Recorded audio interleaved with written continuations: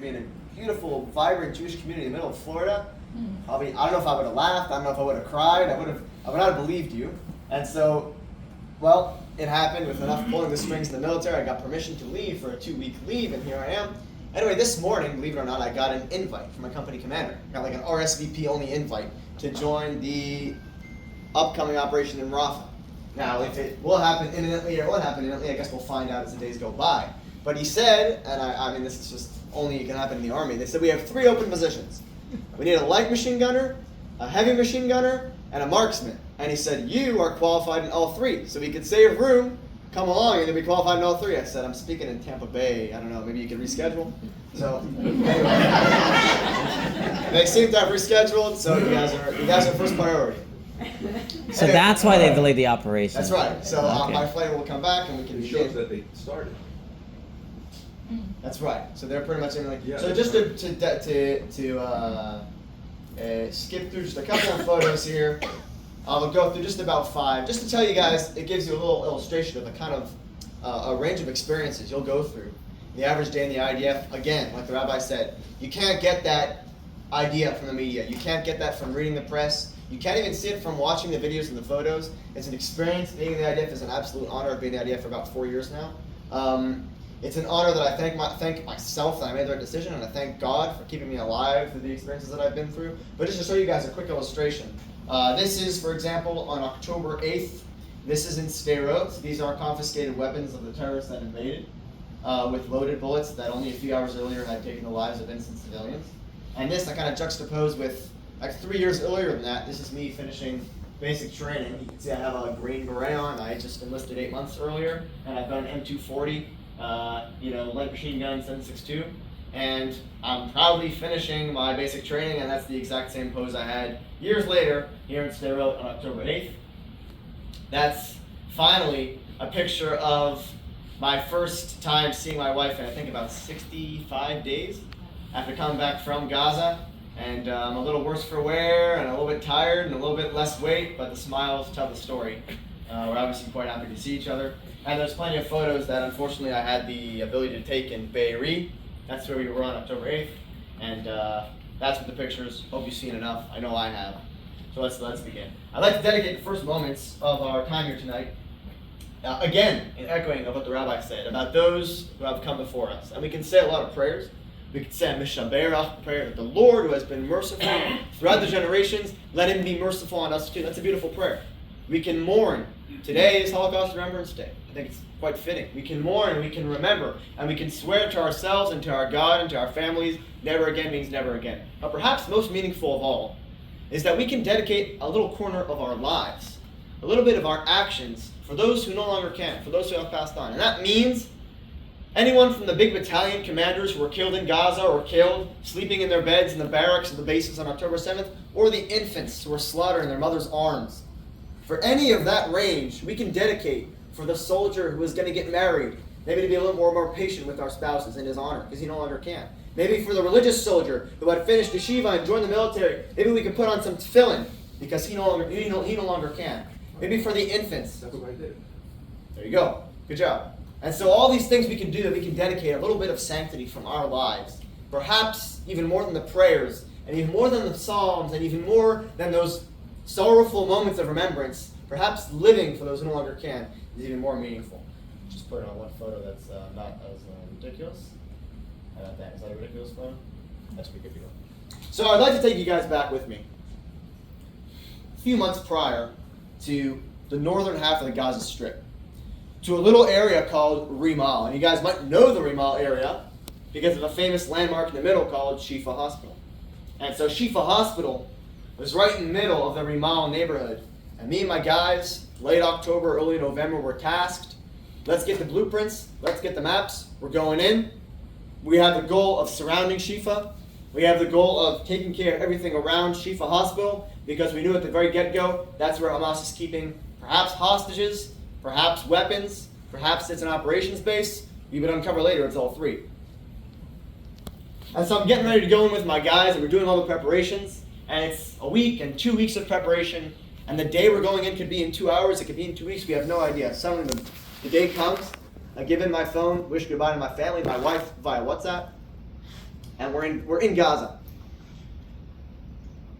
In Rimal, it's actually a very organized neighborhood. There aren't any dilapidated huts that the media might selectively show you from a couple areas in the south. Very well developed, a lot of wealth, thank God, a lot of stability. The more stability we know, the less terrorism we know that there's a positive correlation. And so this is an upscale neighborhood in the north, and its true nature is belied by the fact that behind every marble pillar and every gold bedecked bedroom that you'll see, you'll find some Hitler poster, or you'll find an AK-47 shoved under a child's bed. Wow. And so this was the Rimal neighborhood up north, and of course there's photos and videos of the time there. I had the privilege of having an old GoPro camera so I could document the things that I would see. In any case, one day we've got an interesting mission. We are B Company, and we're going to cover fire for A Company. And what that means is that we have two roads that run adjacent to each other. Like I said, Rimal is pretty organized. They have roads, they've got houses, they've got a grid on the map that you can study on Google Maps to this day. And so while A Company is going to move down this road north to south, we're going to be on the adjacent road locking down that field of fire so that if any terrorists try and come, or any scouts will try and scout, or any unaffiliated civilians might try to unaffiliate themselves from the right side, we will be there to either stop them, apprehend them, arrest them, warn them off, whatever we need to do. We're in charge of this lane. And so I actually had 2 Americans in my platoon. I'm a platoon sergeant, like I said, 25 soldiers under my command. 2 of them were American, and so we called these lanes the straightaway, because really the fields of fire were very simple. The enemy is in this direction, friendly is in that direction, the fire will be from here to there. If there's clarity in war, you take what you can get. We were very happy at this clarity. Most missions were far more complex than that. A lot of room for error, and error in war, as you can imagine, costs life and death. And so, I think it was a Tuesday or a Wednesday, middle of the week, we get out there and we start moving along what was a long row of shops. Now, I didn't know this then, but I know this now. That row of shops wasn't just any row of shops. This was where the famous pickup trucks of Hamas on October 7th, carrying the bloody, battered, and sometimes already deceased bodies of those Israelis that they had ruthlessly kidnapped, through these city streets, through these shops. Sort of an Arabian version of a shuk, like a marketplace. And there were shops on both sides, and here's where they brought those pickup trucks, and they celebrated, young and old alike, the events that they had done on that day. And so it was a privilege. I didn't know it then, but I know it now. To be in those areas, perhaps a few weeks afterwards, the place was pretty much destroyed. In fact, we were sheltering at that point in what was a bicycle repair shop, or maybe a cafe. Perhaps it was a candy store or a toy store. I had no idea. It was completely bombed out. And these are the very same storefronts you can identify in the videos of Hamas celebrating the soldiers and innocent civilians that they had captured. And so we were there covering fire, like I said, down the straightaway. And here's what happens. A Company starts their move. They found weapons in one home, and they seized the weapons. Then they found an enemy scout who was sleeping in one of the older buildings, and they woke him up to an unpleasant sight of a whole IDF platoon pointing their guns at him. They took him in for interrogation. They're moving through the strips of houses right adjacent to our left, to our west. And as they're moving north, from south to north, as they're moving north, we suddenly, as we're covering fire and moving with them, adjacent, house by house, moving at the same pace, suddenly I identified from the right side incoming fire on the house about 2 meters away across the street. The streets, while they are organized, are very narrow. And so I can even hear the dust and a little shrapnel settling from the bullets impacting this house, not even 2 meters right of me. Very narrow street. It's winding street, and I see these bullets impacting. And so I radio my lieutenant who's behind me. And I call him over and I say, I'm identifying this fire here. Why is there gunfire going on in this strip? This is supposed to be a dead strip. A dead strip means there's not supposed to be any fire unless you're fired upon. As you know, our mission isn't to go house to house and start raiding things. This street has already been cleared. We're just here to lock it down so that nobody can flank our friends at A Company on the left. Well, turns out, the more I heard this gunfire, it sounded an awful lot like M240 gunfire, like the machine gun I had known and loved and I had trained on for months. I was actually turned out a machine gunner for my entire military career. I still am. I had the option through a high-up commander who gave me permission that I could be a commander and still carry a machine gun. Why not? You're able to command your guys, see the command and the tactical situation from an elevated view, and you still have the firepower to lay down suppressive fire on the enemy. And so there I was with my machine gun, and I knew it like the back of my hand, and I knew to identify. This sounds a whole lot like M240. That's an IDF weapon. So maybe whoever's shooting on this house, is it us? Is it friendly fire? I couldn't make sense of it. Why was there anybody shooting here anyway? And if it wasn't us, was it enemy? They had already cleared this whole road. And so I beckoned Guy, the name of my lieutenant, to come over, and he's looking at it and he says, what are you talking about? And as he finishes his sentence, another burst of fire on that building on our right. And so he has no more questions. He understands whatever it is, it's incoming and it's close, and I don't know what's going on. And so he picks up his radio, and he radios the company commander. The company commander has the rank of captain, been in the military for 7 years. Senior commander, we could say. And the company commander has direct channel access. He's able to radio directly with the armored and artillery and air force and all these forces that are working with us. Now, why is that important? Because the more I thought about it, I said, you know, what could that M240, what could that fire on this building possibly be if not a tank? I knew we had tanks in the back of the road behind us. Obviously not supposed to be firing. This whole road is clear after all. There's no soldiers in that street, and the Merkava tank has an M240 mounted nice and handsome on top of the turret of the tank. So it must be there's a Merkava IDF friendly tank that's firing either at us or at the building or who knows what. And then I realized, well, I'm a responsible commander, and so I see an ongoing situation, and what do I think about? Where it could lead next. And well, you guys can answer the question for me. If a tank is shooting its submachine gun at a building, what's probably going to shoot next? Its main battle cannon, exactly.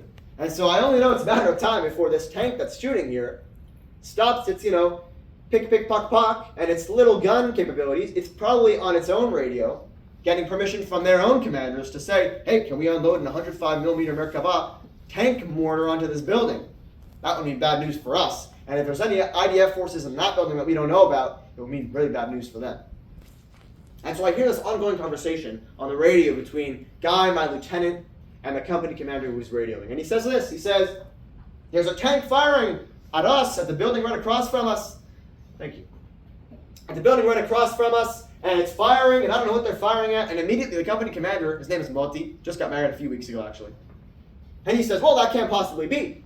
After all, this is the straightaway. The fields of fire are very simple. Again, the enemy's out there, friendlies are back here. How is there friendly fire coming in? That doesn't make any sense. He didn't believe him. Maybe it was a fog of war. Maybe he didn't know how to identify. Maybe it was incoming enemy fire from the other direction. That's fine. Just shelter in place. What's the big deal? And so Guy is struggling to convey to him, no, it's incoming fire, and we see it from there, not from there. And he's trying to tell him over the radio and go convince a captain who's got the whole war on his hands practically. He's managing a whole company, and a company of tanks, and a company of air force, and artillery, and mortar. He's trying to communicate with all that. He says, this can't possibly be. It doesn't make any sense. Well, we look at the building across from us, and then we identify two figures. They're paratroopers. I identify them because of their unit patches that I can make out. They're perfectly with the same IDF gear that I've got. And I realize, well, these are the guys covering the other side of the street. Now the situation has gone awful. Because not only do I not care if it's enemy fire or friendly fire, there are friendlies in that building. They're under fire from something, and I have to stop that fire. Whatever it is, if it's an IDF tank, they're going to shoot a mortar at it. Whatever the situation is, it's got to be stopped right now. And that captain just doesn't believe it. And so I hear this conversation go on. I hear Guy tell Moti. I hear the lieutenant tell the captain. I hear him telling him, well, there's ongoing bursts of fire. We're almost positive it's this tank. It's hard to tell where fire is coming from. We're almost certain it's coming from there. We could hear it. And eventually, after enough convincing, you hear Moti say, yeah, I hear it too. It's definitely from our side. It's definitely from our straightaway, if you will. Doesn't make any sense. You know what? I'm going to radio the armored guys. And so he radios the armored guys who are in the middle of managing a combat situation, and he interferes with their radio, and that's not a comfortable thing to do. And he tells them, and they say, what are you talking about? Our tanks aren't firing. He says, well, yes, they are. And so they check, and they find out, yes, they are. They've got a tank that thinks it's identified some Hamas militants in a building right across the street, and unfortunately, it's a mistaken identity. It's a potential fratricide. It's a blue-on-blue, friendly fire. The worst situation you could possibly think of in a combat scenario. But it's understood. Combat in close modern cities is extremely complicated. You've got so many buildings and so many threats. Make a long story short, this tank had made a mistaken identity and was starting to open fire on these IDF paratrooper troops right across from us, maybe 2 meters. Wow. And so Moti finishes his conversation with Guy, the captain with the lieutenant, over the radio, and he says these powerful words that I haven't forgotten to this day. He says, okay, fine, the tank, in the end, was firing at our troops. Good call. But you should know, this wasn't even one of our dapaot. And dapaot is a Hebrew word which means one of like the possible options that could have theoretically happened. Because a dapa, tfus pilut oev, is what you do before you go into a battle. You do this like readiness assessment. In the readiness assessment, you try and measure. Okay, so what's likely to happen and what's unlikely to happen? What's likely to happen in this specific situation is we're going to cover fire. You guys know the drill. They're going to move forward. We're going to cover. It was simple enough. Nobody could have possibly thought there would be Hamas militants or maybe IDF troops were there right across from us, and a tank who's not even supposed to be firing at all is going to open fire on them. That's so ridiculous. It's so unfounded. The company commander couldn't even believe it. In the middle of Gaza, in the middle of Rimal, at a difficult combat situation, he couldn't wrap his head around it. And so, if that sounds outlandish, or it sounds insane, or it sounds impossible, come on, I mean, they're firing at our troops. Believe him, what's up? I mean, so what? It's surprising. War is surprising. Believe him, they're firing at our troops. How about Moses? How about we take a look at Moses, who is perhaps a better leader, perhaps the quintessential leader of the Jewish people in all our generations. We all salute Moses as the most humble of all leaders, the most dedicated, perhaps the leader, the first leader, the true leader of the Jewish people, led them out of Egypt. That's pretty big. Well, Moses was approached by God, as we know, in a burning bush. God himself, not a guy on a donkey who was a messenger of God, who says, I've got a telegram from God that may or may not be authenticated. Here's what God says. He said God himself is here in this bush, and he's talking to Moses directly. And Moses knows that. Moses doesn't say, I don't believe you. Give me some, proof of verification. Second factor authentication from God. No, he knows it's God. He's in a burning bush right in front of him. And we know what God says. I'm choosing you, Moses. I believe in you. You're going to be the Redeemer of Israel. And Moses just can't wrap his head around it. Moses says it can't be. I'm just a shepherd. He says I've got a stutter. He says I've got an older brother who's more qualified. He says it's not the right time. He says it's never going to happen. And he's arguing with God himself. And God himself is telling him, you're the one who I'm choosing to be the Redeemer of the Jewish people. Does that make any sense? Well, it does if you think about it. You could even say it wasn't even one of his dapaot. He never even thought such a thing would happen. I mean, I'm a shepherd in Egypt. I'm not going to be the one who's going to be chosen to take the Jewish people out of Egypt. That sounds pretty outlandish.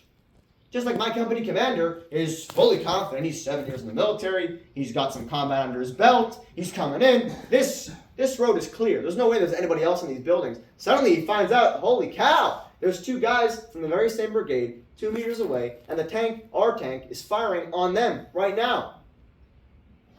And so, perhaps the lesson from these kind of human reactions is sometimes the company commander doesn't even know best. Sometimes God knows better than the company commander, and sometimes God knows better than Moses too. He knows better than us. How many times do we look out to God throughout our lives and say, can't be, mistake?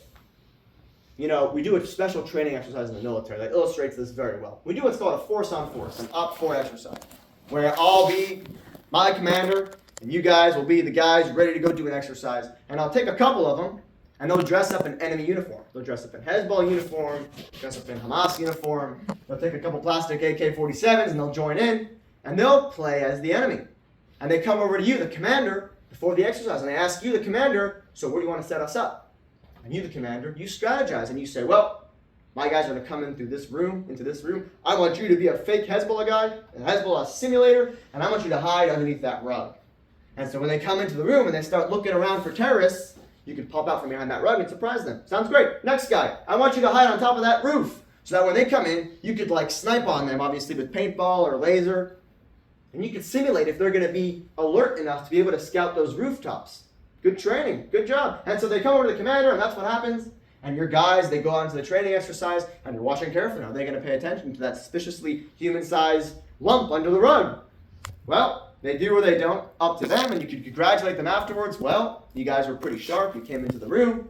There was the suspiciously human-sized lump underneath the rug. You realized there's probably somebody hiding underneath the rug. You scouted the rug. You threw a grenade. You did what you need to do. And so you could kind of make this combat assessment based off of where you want to challenge your men. If my men are worse at sniper threats, I'll put more snipers. If my men are worse at people hiding underneath rugs, I'll make those threats. It's all under your discretion. So how many times do we turn to God throughout our lives and we say, well, my challenges, I want it to be underneath that rug right there. I want my adversity. I want my day-to-day struggles. I'll tell you, God, I know exactly what I need. I want them right on the roof, right there. Behind that third pole. I want it to be rating right there like a sniper. That's great. That's perfect. That'll challenge my guys exactly the way I need to. We raise children. And beforehand, we know with us and our spouse and ourselves and with God, we know there's going to be challenges involved. So we said, well, the most likely challenge in a religious family, perhaps, is the intergenerational transfer of religion. We know it's a big challenge. Perhaps for me, Shabbat was really important. Perhaps for me, kosher food was really important. Perhaps for me, the land of Israel. I was really patriotic. I love the land of Israel. I know maybe my kids will grow up and they won't care too much about it.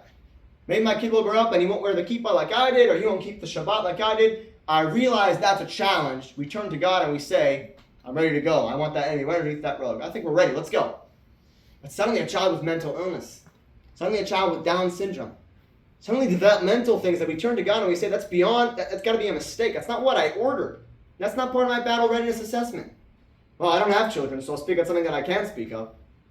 When I came back from Gaza, I knew that I was going to have challenges coming back to society, to my home, to my wife, to general normalized day-to-day life. And so I said, I've been in this disorganized, chaotic environment. You guys can imagine how chaotic war is. There's no order of anything. No 2 days look the same. No 2 minutes look the same. And so now I'm going to come back, and there's going to be order. And every day might look the same. It's important that I keep myself intact and I don't go crazy from that. Great. I was ready for that challenge. How about another challenge? How about cleaning up after yourself like a normal human being? In Gaza, you eat tuna and corn every day. You throw the can away in a little garbage corner, and you move on to the next house. From bombed house to bombed house, that's where you're taking shelter.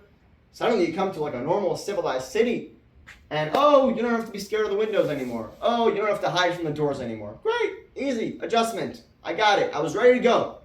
And so I came home from Gaza, and I was ready to go. I had my battle readiness assessment plan fixed. Ready to go.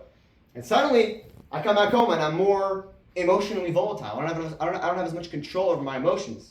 My temper is easily triggered by stupid little things. And I turn to God and I say, well, that's not whoa. I mean, that's got to be a mistake. That's not me. I'm not your guy. I'm not the kind of guy who's gonna just get angry at everybody for every little thing they're saying. That's not me. I don't have those kind of traumas. I was ready. I had my challenges planned. Or how about when I came back and suddenly little noises would make me jump. Or little noises at the beginning. Thank God now they don't. Little things that would disturb me in my peripheral vision. I'd turn to God and I'd say, well, that's not what I prepared for. I'm not your guy. That's a mistake. That's not what I ordered. That's not part of my battle in the readiness assessment. I didn't believe him. And then I learned, well, perhaps maybe God knows better than I do. He knows better than my company commander. Maybe God knows better than Moses himself. And to sum up, I want to illustrate this one more time with Guy we spoke about earlier. And Guy was this one who was trying to, talk to Moti, my company commander, trying to convince him there's friendly fire, there isn't. Well, you guys should know something about Guy. Guy was a lieutenant in combat in Gaza, but Guy went to officer's course as non-combat. Guy wasn't even meant to be doing this job. Guy went to officer's course and he had finished training as a fully fledged paratrooper, and he had earned his stripes as a recon paratrooper, and he was all proud of himself. And he went to officer's course to become a desk jockey, and so he was. He finished the course, and he had his desk, and he had his 9 to 5 in the military, and he had his air conditioning. And he was certified for combat, but he didn't do combat jobs. He didn't lead teams of men as a combat lieutenant through adversity. No, he would type on his computer and arrange range days, and he would arrange permissions with different generals for different training exercises. It was a comfortable job. In Hebrew, it's called a kombats, an operations manager.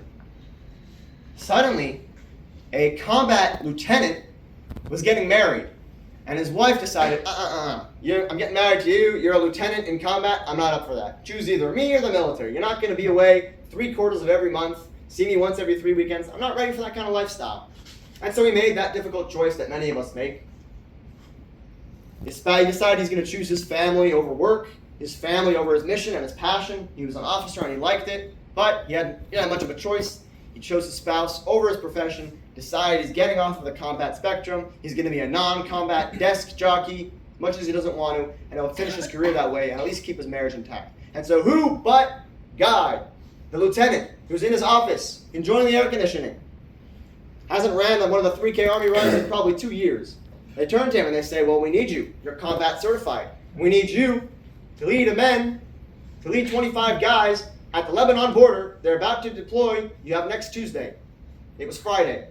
And so Guy has Friday, Shabbat, Sunday, and Monday to prepare himself mentally, physically, God knows, spiritually, for this kind of crazy change and this revolution in his job in the military. He's qualified. He knows what to do. He's a bit rusty, doesn't have any motivation, but he takes himself by his hand. And he shows up at the Lebanon border, and that's where I met him. I also was new at this new Lebanon team, and so we were at Lebanon for 4 months. And we were at base for 17 days, and we were doing 8 hours of patrols and doing these crazy ambushes, lying in the brush, the Lebanon border. Guy did a good job. He was a bit overwhelmed. This wasn't what he planned. This was what he went to officer's course to do, but he did a good job. But then suddenly October 7th happened. When October 7th happened, we sent a few soldiers down south to respond to the situation. We were in the West Bank doing missions there. We sent some guys down south to respond to the situation. We sent 4. 3 came back. One of them not really able to function on a psychiatric level. Unfortunately, he's been has some mental impact from October 7th that he'll never recover from. And so Guy has the situation on his hands. October 8th.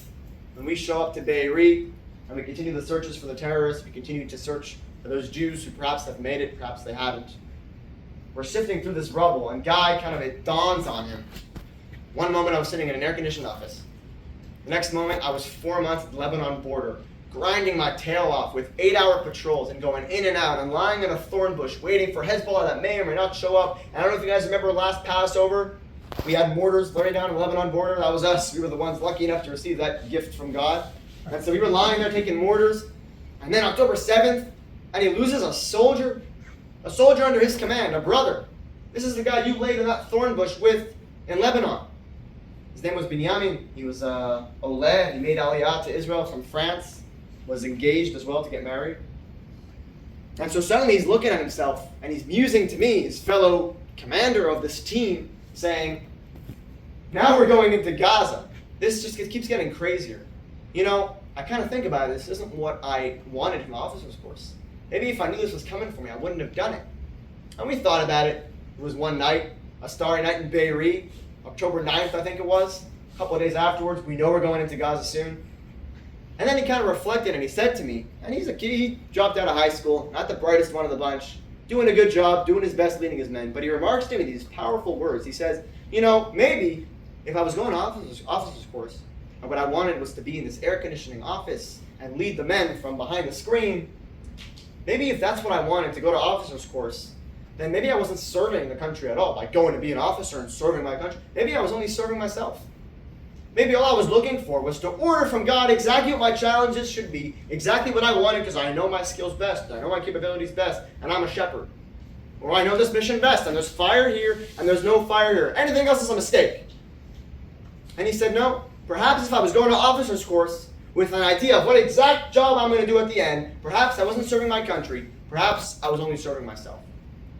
And well, you can skip forward to the end of the war, where Guy was promoted to 2 ranks higher immediately for his outstanding performance throughout the war. I wouldn't call it performance, but his grit and his determination to always push forward. And well, needless to say, we started as 25, but when Binyamin died, another one, like we said, was mentally incapacitated as a warfighter. Another 3 didn't want to go into Gaza. They dropped out. They were too scared. It happens. So we're down to like 21. And he took this team that's half together and half heartbroken. They just lost their friends in their own arms on October 7th. And he galvanized them. And he galvanized us. I was under his command. I was his deputy in Gaza in this story as well. And perhaps in the beginning it started off as, God, what's going on here? Perhaps it started off as the company commander saying, God, this is a mistake. This can't be true. It can't be real. This is not what I'm supposed to do. Perhaps it started off as him and Moti and Moses turning to God in the eye and saying, God, come on. You're making a mistake. This is not part of my combat battle readiness assessment plan. Doesn't show up as part of the blueprints. God is telling us, I know better than the company commander. I know better. I know what you are capable of more than you could ever imagine. And so it was Guy, who perhaps 8 months ago would have laughed or cried like I would have laughed and cried at the idea of coming to the United States. If you would have told him he'd be an outstanding of the entire brigade of 8,000 soldiers, the leading officer of paratrooper men in Gaza, perhaps he would have laughed, perhaps he would have cried, but that's exactly what happened all those months later. And so I I bless us all that we should realize the time we're in.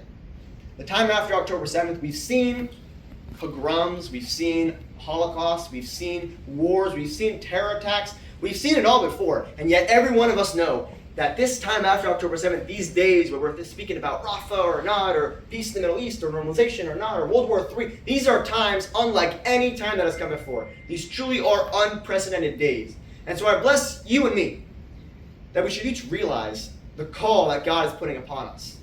That we're not a shepherd, we're not a guy who sits in an air-conditioned office, a backdoor lieutenant. We're not a guy who can't change anything that's happening in the United States with these protests. What can I do? I can only pray to the Lord and say, "Oi, I mourn and I remember. I shed a tear and a thought and a prayer, and I put my hands together and say, oh Lord, maybe bring back the hostages." You and I can be the redeemer of the Jewish people. That's what God's telling us. God's telling us if you listen a little bit, if you look at your challenges and you don't say, well, that's not what I ordered, that's got to be a mistake. You look at your challenges and the circumstances around you and you say, God, I hear you. We're listening hard enough, we can maybe even hear there's a little bit of Moses in every single one of us. So I want to bless you all again that we should merit to realize that and merit to employ that into our lives. And we can do it for Binyamin. We can do it for Shlomo, my best friend Modi'in. He's killed in Gaza. You can do it for about 14 other close friends that I've had. But you could do it for the 612. There were 4 who were killed yesterday, so 612 now IDF soldiers since the beginning of the war. You can do it for the thousands of civilians who had nothing to do with this whole thing. You could do it for the hostages, or you could do it for the 6 million we remember on this day. You could do it for yourself. You could do it for Moses. But whoever you're doing it for, now's the time to rise up, to post up to duty, to rise up to God and say, I'm here to report. I don't know what my mission is. I'm ready. I'm ready to receive it. I'm ready to say, affirm, yes, sir, I'm here to execute. I'm not here to tell you this is not what I ordered. I'm not here to tell you it's got to be a mistake. I'm not here to tell you, but I looked over the battlefield and this can't be happening. I'm not here to say that. I'm here to post up and say, God, I'm here to do my sacrifice. I'm here to do my job for you, the Jewish people. And if we do listen to that message, you really will find out. I guarantee it. Because Guy found out, and if Guy can do it, then every one of us can. And maybe there is truly a little bit of Moses in every single one of us. Thank you. Wow.